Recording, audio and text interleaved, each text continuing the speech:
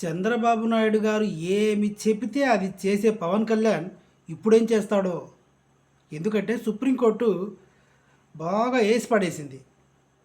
ప్రజల మనోభావాలు దెబ్బతింటాయని మీకు తెలీదా? లడ్డూ ప్రసాదం కల్తీ అయినందుకు ఎలాంటి ఆధారాలు లేకుండా ఎందుకు ఇలా పబ్లిక్లోకి స్ప్రెడ్ చేశారు అని వాయించి పడేసింది.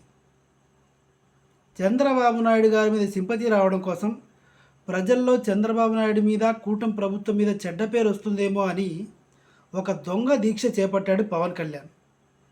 తిరుమల స్వామివారి ప్రసాదం కల్తీ అయితే విజయవాడకి వెళ్ళి మెట్లు కడిగాడు. ఏమైనా సంబంధం ఉందా? విజయవాడలో మెట్లు కలిగేటప్పుడు ఏదో ఒక రకమైన బట్టలు వేసుకున్నాడు, దీక్ష చేశాడు, రైట్, అయిపోయింది. తిరుపతికి వచ్చి కాలినడకన మళ్ళీ మెట్లు ఎక్కుతున్నాడు, అలసిపోయి సొలిసిపోయి కింద పడిపోతున్నాడు. అంటే తిరుపతి మెట్లు పవన్ కళ్యాణ్ ఎప్పుడు ఎక్కలేదు. ఇంతకుముందు ఎక్కినట్టు కూడా గుర్తు, అది చిరంజీవి గారేమో. ఎందుకంత? పవన్ కళ్యాణ్ మార్షల్ ఆర్ట్స్, మీరు గుర్తుపెట్టుకొని ఈ వీడియో కంపల్సరీ మీరు చూడాలి. పవన్ కళ్యాణ్ శారీరక దృఢత్వం ఎలా ఉంటుందంటే, తమ్ముడు సినిమాలో పొట్ట మీద బండరాయి పెట్టుకుని సుత్తితో కొట్టించుకున్నాడు. అది పవన్ కళ్యాణ్. యోగా తెలుసు, ధ్యానం తెలుసు, కుంఫు తెలుసు, కరాటే తెలుసు, కిక్ బాక్సింగ్, అన్ని రకాల బాక్సింగ్, మార్షల్ ఆర్ట్స్ అన్నీ తెలిసిన వ్యక్తి పవన్ కళ్యాణ్. ఇలాంటి వ్యక్తి మెట్లెక్కడానికి ఎందుకు అంత ఆయాసపడుతున్నాడు? ఏమైనా రోగం వచ్చిందా? కుష్ట్యా, గజ్జా? ఏమీ రాలేదు. చంద్రబాబు నాయుడు డ్రామా ఆడమని చెప్పాడు.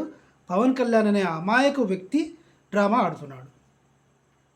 దీనివల్ల ప్రజల్లో ఉన్న సింపతి కూడా పోయి జనసేనకు సంబంధించిన వీర అభిమానులు, పవన్ కళ్యాణ్ అభిమానులు కూడా అగెన్స్ట్గా మారిపోతున్నారు. దీని ద్వారా ఏం అర్థమైంది అంటే, జగన్ని నామరూపాలు లేకుండా చేయడమే వీళ్ళ పనిగా పెట్టుకున్నారు. వీళ్ళు గెలిచిందే అందుకు. ఇంకో లాస్ట్ విషయం ఏంటంటే, చంద్రబాబు నాయుడు గారి రాజకీయ ప్రస్థానం 45 సంవత్సరాలు. జగన్మోహన్ రెడ్డి గారి వయసు 50 సంవత్సరాలు, 60 సంవత్సరాలు కూడా లేదు. అంటే చంద్రబాబు నాయుడు గారు రాజకీయ జీవితం మొదలుపెట్టేసరికి జగన్మోహన్ రెడ్డి స్కూల్ పిల్లాడు, 5వ తరగతో 6వ తరగతో అనుకుందాం. ఇంత గ్యాప్ ఉంది. ఇంత చిన్నవాడిని ఎదుర్కొనలేక, చేత కాక ప్రతిసారి నిందలేయడమే. ఏదో ముంబై సినీ నటు తీసుకొస్తాడు, డిబేట్ పెడతాడు, అక్కడ వరదలు వచ్చి చచ్చిపోతున్నారు విజయవాడలో. గుడ్లవల్లేరు ఇంజనీరింగ్ కాలేజీలో 300 మంది విద్యార్థులు మా మానం దోచుకుంటున్నారు అని చెప్తే పవన్ కళ్యాణ్ అనే కుక్క అరవలేదు. విజయవాడలో వరదలు వచ్చి చనిపోతే అరవలేదు. ఇప్పటికీ కార్లు, బైకులు రిపేర్లు అవ్వలేదు, అయినా అరవడు. సనాతన ధర్మం అని అరుస్తాడు.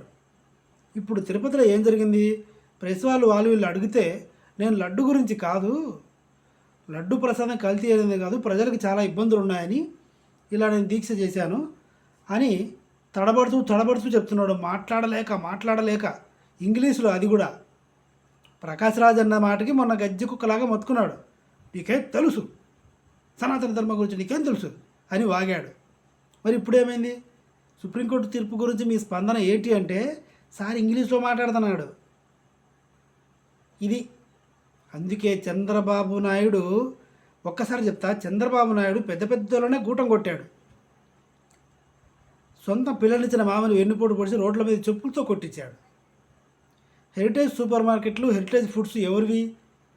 మోహన్ బాబువి. అవి పోనీలే బంధువులు కదా అని గమ్మునున్నందుకు లాగేసుకున్నాడు మోహన్ బాబు దగ్గర నుంచి. మోహన్ బాబు ఏదో గట్టాడు కాబట్టి ఊరుకున్నాడు, ఇంకొకడైతే ఊరేసుకొని సత్తాడు. ఎన్టీ రామారావు లాగా గుండె పట్టించి సత్తాడు. మోహన్ బాబుకి ఆల్రెడీ కాలేజీలు, యూనివర్సిటీలు ఏవో కలబడ్డాయి కాబట్టి గట్టిగా ఉన్నాడు.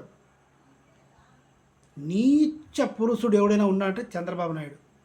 ఆడి చేతిలో పడ్డాడు పవన్ కళ్యాణ్.